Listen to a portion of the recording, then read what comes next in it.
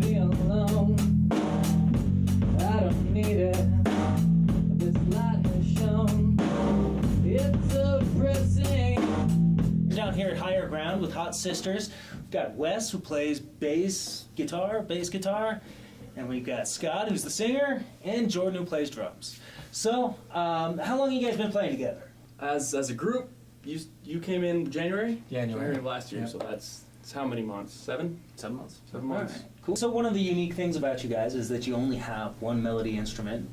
Wes plays the bass guitar, and he plays through 3 amps, kind of gets guitar sounds and bass sounds out of it, which we'll cover in the gear review part. But is that something you guys intentionally went for? Did you have problems with guitarists, or was it just kind of felt natural? I think for Jordan and I, it meant really, just slimming the process down. Basically, fewer people to go through before a song came to a point, and before a song was finished. It was just him and I. We'd have an idea. We'd cook it up, finish it. It really is just a streamlined way of songwriting, and of course performing. We get a lot tighter quicker.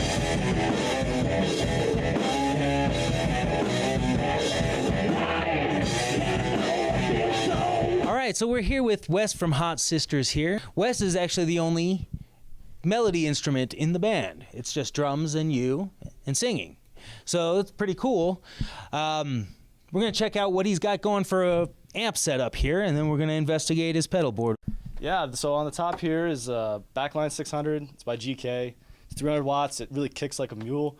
Really, I'm just running a dry signal straight into it. No effects, no pedals, nothing. It's really the simplest part of this whole rig. It goes straight down to a 4x10 speaker system down here. Like I said, it really does kick. It does have a switchable tweeter, which for a lot of bassists, that's really important. Because it really adds that sort of high-end, clicking sound that bassists like. I actually have it off all the time. It's just kind of part of the sound, because with the guitar amps the way they are, they're very high-end heavy. So I like to keep the bass totally just subby, low, clean. So yeah, like I said, no effects, just totally dry signal. Cool. And do you keep the bass on all the time, or do you even cut that out sometimes? It gets cut sometimes. Really, it kind of depends on the song. Lately, it's been, usually I'll shut off the guitars on certain parts of the song where we need like a breakdown. It'll be just bass doing like a solo bass line, things like that. But when it's really like when the chorus kicks in or when a heavy verse comes in, the bass is on all the time. But what's important is that it can be switched off at any time. It's sort of like a free system. Yeah, that's cool to have the flexibility. You get those bass drops when you need them, Cool. So the second amp we've got here is the Behringer V-Tone. Yep, Behringer V-Tone. It's solid state, really reliable. It's, you could drop these things. They're invincible. I get great tone out of it. It's just 2x10, so 2 10-inch speakers. It really just locks down the high end. So I guess you could call this like the lead amp, because it deals with all the high-end stuff. Okay, so like a lot of the distorted, more guitar, Yeah. lead guitar type stuff goes through here? Yeah, more lead guitar, right. Are you using the distortion on the amp, or are you using pedals for that? Right, so the amp itself, I have it set to a really clean channel, but it's a pretty drive-heavy clean channel, if that makes sense. Really, the overdrive just comes straight from the pedals.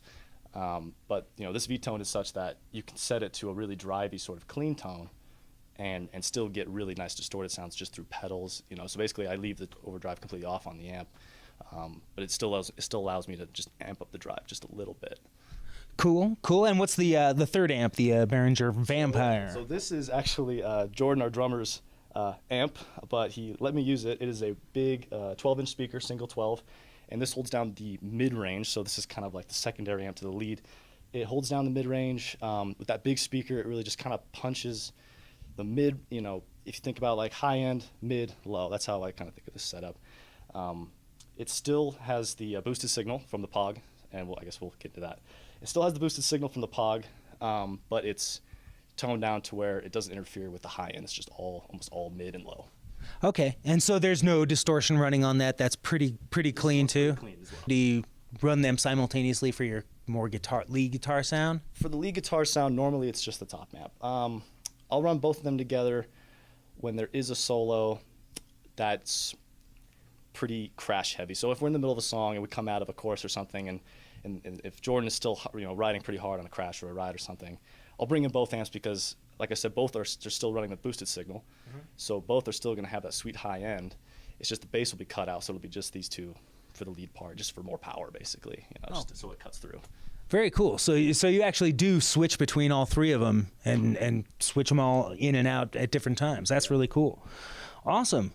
Cool. And so do you ever have any problems with like hauling this around or miking it up at clubs at all? All the time. Really, we'll get to gigs and we'll set most of everything up, and then everyone's usually just waiting on me. I'm usually just duking it out with the sound guy, whoever's there, the engineer. Usually I just try to tell him mic everything, and run it as if there were three different instrumentalists in one, and just kind of like change in each individual volume as needed. It doesn't always work out perfectly. All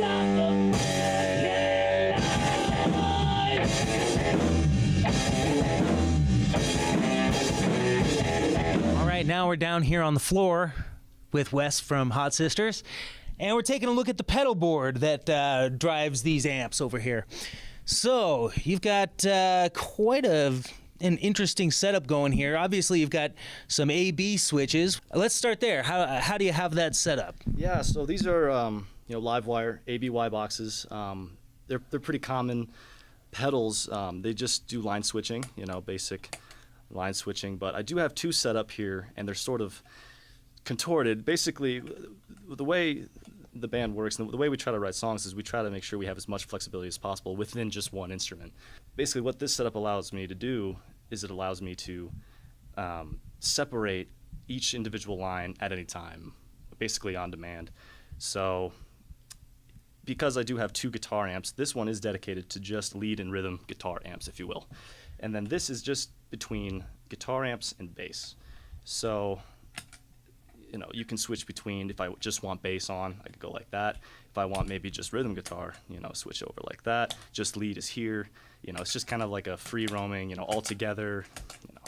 You do whatever you really sort of want to do to keep the dynamics. Yeah, it's pretty cool, and it looks like it works out pretty well. I saw when you were playing, you were hitting the two there right next to each other a lot at the same time, which, I mean, that's great to be able to just be that flexible to where you can switch everything on and off and do things multiple at a time. That's pretty sweet. So this is basically just switching between amps, right? Mm-hmm. So between the different signals for each amp. And then what do you have going for each signal chain here? So for the like the bass channel is dry. It's just bass running straight back to the head. The guitar channel is a little bit more complex. Both amps are running the same overdrive pedal, which starts with this overdrive. But before it gets to the overdrive, the signal's boosted right away by the POG. I have it set up, taped over. These settings are pretty much permanent. It will go straight over to the overdrive here, which again, I have these settings totally permanent. It's a pretty sensitive system already. Okay, and for the POG, that's just boosting everything up an octave, right? Boosting everything up one octave, Okay, exactly. cool. Cool. So that gets me the guitar tones, and then right after the POG, get the overdrive here, and then the way it's kind of set up here and the way I have the amps running, it's extremely loud. So of course I have the noise suppressor, NS2 Boss. Mm-hmm. It's great. It's fantastic. It really cuts down the noise, and it is really noisy. Pretty much right after the POG, it's just pretty much all noise. So this kind of quiets it down. And although this does provide quite a bit of high end, for that extra little bit of high end, I do have a bass overdrive, which is was kind of an afterthought. Basically, I had this on the bass line, and it just was too distorted, so I put it on the guitar chain, and it does have quite a bit of high end built into it. Although it is bass overdrive, running with this setup, I was able to get just a little bit more high end, and so it really kicks now on the lead and rhythm guitar amps, and that's pretty much the whole chain. And that actually goes to into this input here. Then that input splits it to both amps, and then of course I could change it between the two. Switch. Cool. And then what's the small Marshall amp there? Yeah, that's kind of a secret. It's really just the special sauce. It's really I can't tell you about it. Is that right? All right. Well, it looks cool for sure. Actually, you know, it really is just it's just a line tester. So if I think I have a broken cable or something, I just switch it on. It does come on. I could plug a line straight into here, see if that line is dead or not, because it will, you know, project audio. This does work. And then, you know, let's say if I'm curious to see if I have like a broken power, you know, 9-volt power line or something damaged, I can plug it straight into here. If this turns on, it works. If it doesn't, it doesn't. So it's just kind of like a tester, if you will. Yeah, that's really cool. And you know, I've brought stuff like that with me as well, just small amps I can plug in after each pedal to try to figure out which one's broken. Cool. Well, yeah, I mean, this is a great setup. You know, you mentioned how you guys try to focus on dynamics and stuff, and you guys definitely don't have a problem with that. The sound, this whole setup is so flexible, it allows for a lot of dynamics. Sounds good.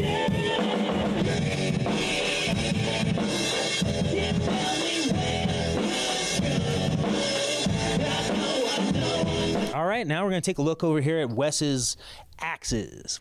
This is a Washburn Taurus T25. It is a 5-string. It's a neck-through bass, so all one-piece milled. You can see it's pretty much standard. It's got the standard ABT pickup, standard bridge. It is an 03, so it's got plenty of really cool dents and dings and stuff. I don't ever clean it. I really don't want to. I think it just, you know, keeps it authentic in a way. But yeah, this is the bass. It's really what I like about it is that the neck is a lot narrower than most 5 strings. The strings are a lot closer together. Maybe even, you know, maybe closer to a guitar spacing on the strings. Versus most like Fender 5 strings and things like that, where the neck is just enormous by the time you get up to, you know, the 14th, 15th fret. It just gets, you know, overwhelming. But yeah, I've been using this primarily. It's like the primary bass for most of our songs. It's got a lot of mid-range. These are jazz pickups, so they're not too bass heavy. They're more just kind of mid-range. They're really punchy. They're great for, you know, lead parts and soloing up high. But they do provide, you know, plenty of kick down low when needed. So when do you find that you like to grab for the 5-string bass over the 4-string Fender that you've got? I'd say when we're really looking for a really like heavy, almost metal sound, because it does have an open B string here, you know, we can really get, you know, down low and heavy on this bass versus that one. We'd have to tune and the way this is set up with the action and all.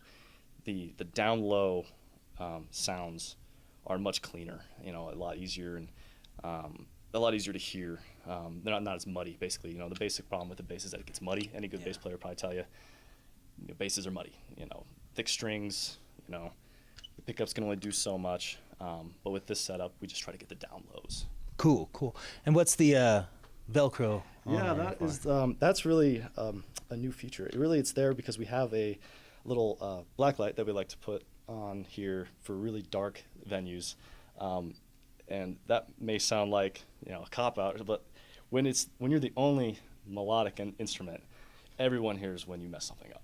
So this is for a little light, so I can see the fretboard. That's very cool. I've actually looked into doing that kind of stuff myself. That's pretty sweet.